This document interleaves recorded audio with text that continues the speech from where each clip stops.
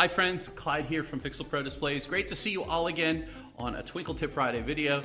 I hope you guys are enjoying the controller content because I've got a lot more of it to go through because, well, let's put it this way. I have a lot of sins that I'm making amends with on my controller builds, and I'm finally fixing things that need fixed. And what I'm gonna do today is I'm gonna walk you through labeling your pigtail outputs and show you kind of what I've had to do over the years to kind of get me by. And I'm tired of getting by. So let's get started.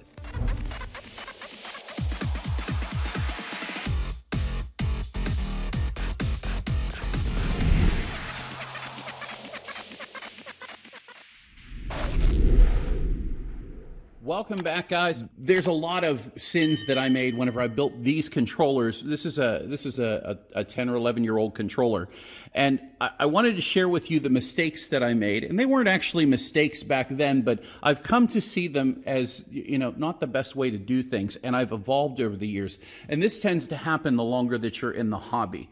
So one of the things that I took for granted whenever I started doing the hobby was I wanted to do things the simplest way. What was the easiest and the inexpensive way to do something without spending a lot of money? Because the more money you saved on your builds, the more you had to put towards your pixel budget. Well, one of the things that I ended up solving pretty simply was how I labeled my pigtails. But now this is an 11-year-old build, and it's really not hard to keep up with labeling your pigtails, but man, these things didn't hold up exactly as well as I'd hoped they did. I mean, they're falling apart and everything. And all I did was I used this here. I bought this off of Amazon, and it's a label printer. This thing works fantastic for just in general labeling things on your controller builds. So what I did was I individually printed the numbers 1 through 16 for all of these outputs. I also made some mistakes, but I wanted to show you that this is how it started. And so on what I didn't realize is I was used to 1 through 16 on an enclosure, but I wasn't used to 17 through 32. And so you'll see here that that my method of printing labels had evolved. I was printing a label. I used a piece of tape, just a regular piece of Scotch tape, and I taped up the number to the bottom of the pigtail, but that didn't hold up. So down the road, whenever I expanded this controller, I switched over to label printer, and then I got a piece of heat shrink, and it's a clear heat shrink, and I think it's 3/8 inch, and I cut it and slid it over this before I wired this pigtail in. Now this held up much better, but here was my problem. I wasn't used to 17 through 32. I was used to 1 through 16. So when I printed the labels, they all said 1 through 16, 1 through 16. And so what I ended up doing was in 2017, 2018, I started messing around with 3D printing. And so this was the way that I solved quickly. This was the way I solved how do I label my outputs. And I just literally, I made these. I actually made a video on how to do these. I'll probably link it up in the video section there. But this was a fun little project. Hindsight 2020, I would probably go back and make this a little taller and put holes at the bottom and put 2 zip ties on it. But it doesn't matter because I've re-engineered how I do these label outputs for my pigtails. So let's move on to some more modern controllers.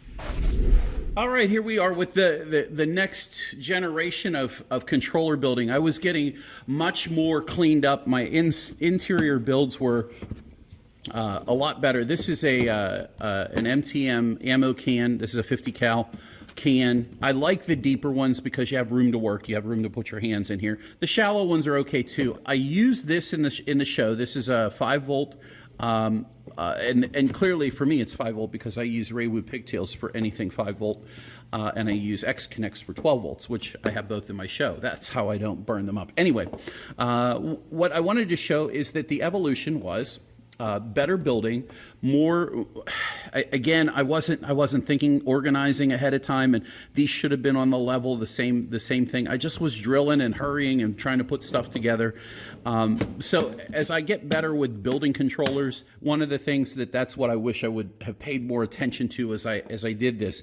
Now you'll notice that there's some differences on these pigtails. So here you can see I use once again the awesome little label printer.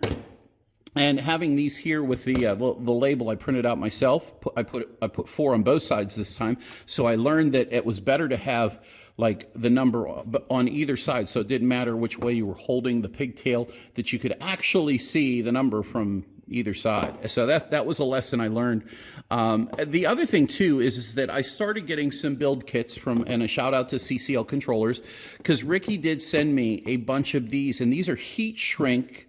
The heat shrink tubes that he put our PPD logo on for us, and he sent me a bunch of these. So I was able to build a bunch of controllers with these on them. So this was the next evolution. This made my build way better. But I wanted to show you that there's different ways to label these. And the other thing is the progression from this into and running out of these. Quite frankly, I don't want to spend the $50 or $60 on another printer. This printer works just fine for labeling things, but do I buy another printer just to do pigtails on my on my enclosure builds? I mean, how many controllers do I build as it is? But I progressed away from using this, and I've created my own 3D printed pigtails. From the last video you saw, these are clip-ons, and these clip right on to the neck of the pigtail pixel. Now, these work better on here, the hands down, for Raywu connectors. This is a 5-volt controller. So if you were watching the last video last week, this is the RGB to go Octa 8, and we built this nice clean build. Whenever you compare this to comparing to this, yeah, you can see that there was a very good evolution of quality and organization and just planning. So it's not something that you're going to pick up right away. You're going to do better the more often you do it. I switched over to PG9 cable glands. I like them better. The PG7s are fine, but I find they break more often, especially the white ones. The black ones hold up way better.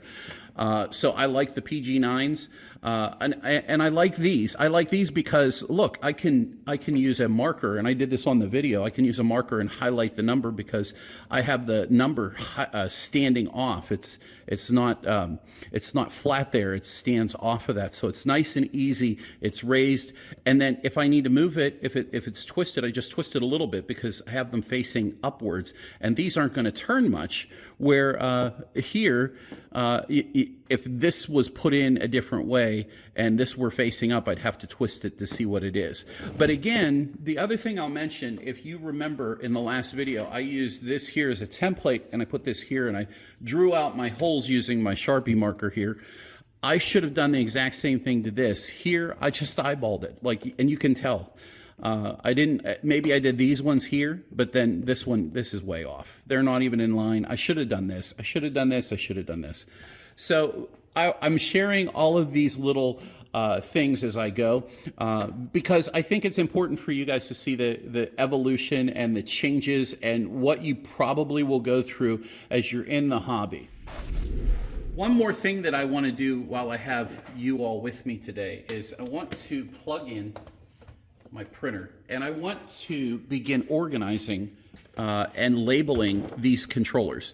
Now, this controller here is brand new. This is the, and I love this printer. See, look, it remembered that we just did the Baldric 8, and it says it's 12 volts. So this is one of the things that I like to do with all of my controllers, is I like to go back and I like to label them. So this is the Octa to go.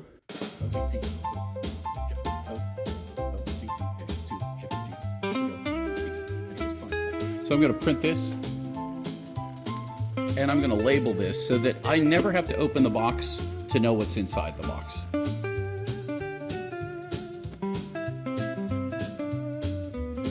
Now, the other thing that I like to do with this is I like to put my IP address that I'm assigning this controller. And this is going to be 192.168.1. 168.2.56.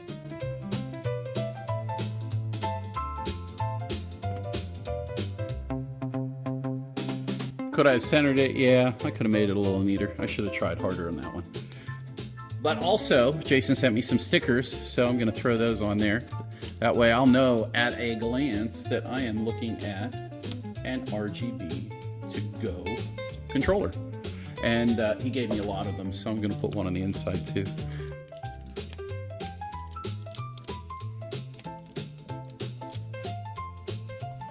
There we go. We need to do this one too.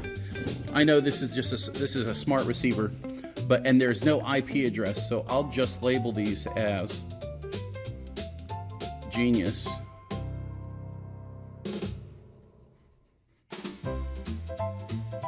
Genius receivers 5 volt.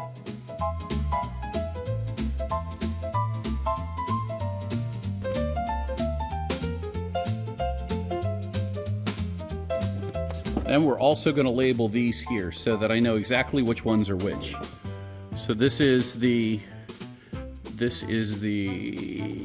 bottom one, and this is the top one. So the top one is here.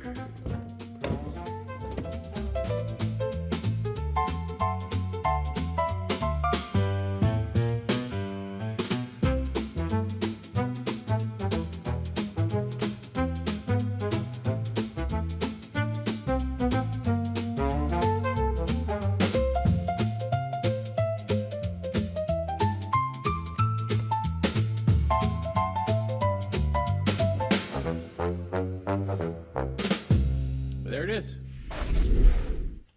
Well, folks, I hope you enjoyed the video. Hey, there's a lot going on whenever you're building your controllers for your show. If you're new, you're going to make mistakes. Don't feel bad, but just have a look at the things that were in this video and see the progression of individually, incrementally getting better over the years. I could show you a host of other controllers that I built similarly to that first one, and all of those, I'm going to address all of those issues. Now, am I going to share every single one of those issues with you? No. I do have one video, though, that is going to be, it's a rat's nest. I'm going to share it with you. So, but like the video if you liked it, share it if you loved it. Remember to hit the subscribe button, and don't forget to hit the bell for notifications so you never miss another Twinkle Tip Friday video. We're going to try to get them out every single week. I've got a lot to build and I've got a lot of work on, so you can come along with me as I do these crazy things that need to get done in my shop and get ready for the 2026 holiday season. So guys, that's everything from me here at Pixel Pro Displays. If you find our content useful and helpful, consider becoming a PPD Club member. It's the best way to support the work that we do at Pixel Pro Displays. We do one awesome sequence each and every month for our PPD Club members, and when you join, not only do you get one song to choose from, you get 3 songs. We call it the triple play, and those 3 songs change every single month, and for as long as you're a member, you get different choices every single month. If you like the other 2 sequences, they're 50% off too, and that's just for club members. Now, we also do affiliate savings from our vendor affiliates like Boscoya Studios, Manos Designs, Pixel Paradise USA, Experience Lights, lots of awesome sales that they give just to you for PPD Club members. And the goal is that when you get discounts from them and you buy from them and you get the discount from them, that savings actually pays for your PPD Club membership, and that's what we want. Guys, thanks for joining us. You really mean the world to us, and we really appreciate you. Take care, have a great week, and we'll see you in the next video. Goodbye for now.